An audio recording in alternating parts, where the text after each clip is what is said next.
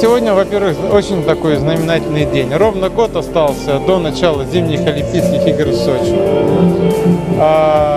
Компания Ростелеком с момента того, как она стала генеральным партнером игр в Сочи, ежегодно проводит зимние олимпийские старты для школьников, для юных спортсменов, для тех детей, которые в будущем будут большими звездами нашего спорта и будут приносить успехи и славу нашей стране на Олимпийских играх и на других спортивных соревнованиях. В городе Якутске компания Ростелеком традиционно поддерживает фигурное катание. Мы уже не первый год являемся спонсорами проведения ежегодного турнира по фигурному катанию. С каждым годом участников становится все больше и больше, и нас это очень радует. Мы хотим, чтобы в дальнейшем этот прекрасный, замечательный вид спорта развивался в Якутии, в городе Якутске. И спортсменов, кто бы этим занимался, становилось бы все больше и больше.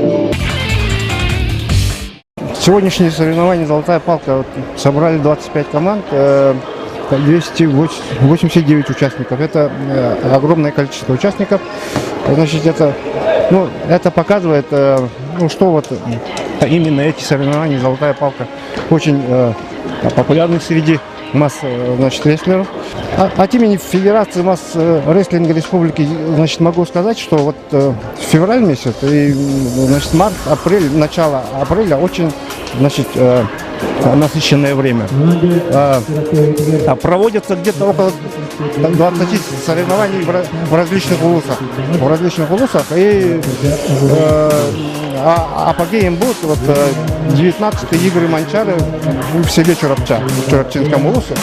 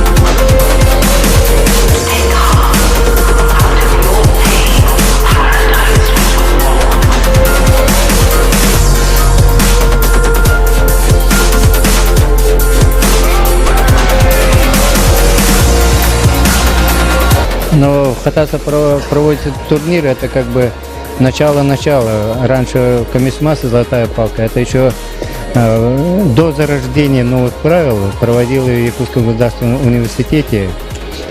Это соревнование началось с общежития того университета и до сих пор проводится. И потому это самый апогей, самый значимый, самый такой авторитетный турнир, если как бы посмотреть историю. Значимость этого турнира этого года, через месяц будет как бы отборочные к играм Манчары, чемпионат республики, и потому игры Манчары этого года, и потому состав такой по всем возрастам, особенно мужчины, очень такой как бы разношерстный, есть именитые, особенно по ветеранам, если параллельно два помоста, в одном помосте как бы вот 20-летняя история мас-рестлинга, начиная Анатолий Баевич, Афанасий Савин, Андрей Винов, но каждое имя ветерана как бы отдельная страниц развития мас-рестлинга в нашей республике. А вот среди молодежи вот, это всего лишь второй турнир этого года. Таким весовой категории среди мужчин. По 6 весовым категориям в этом году проводилось только одно соревнование, кубок мегенцев, мегена кангаласком лусы. И это всего лишь второй турнир. В количественном составе давно такого не было. Вот, в весовой категории 68 килограмм, 35 участников. Это я что-то не вспоминаю даже именно в таком весе, с такое количество участников.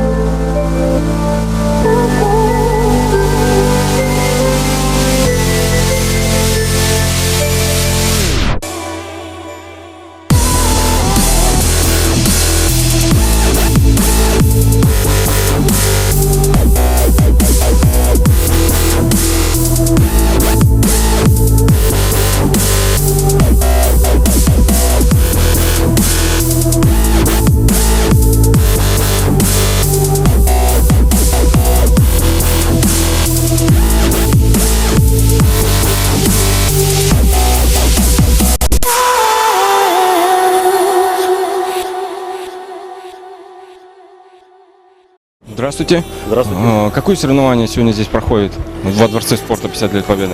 Здесь проходит чемпионат республики по жиму лёжа. Вчера было соревнование по жиму лёжа в экипировочном дивизионе, сегодня без экипировки.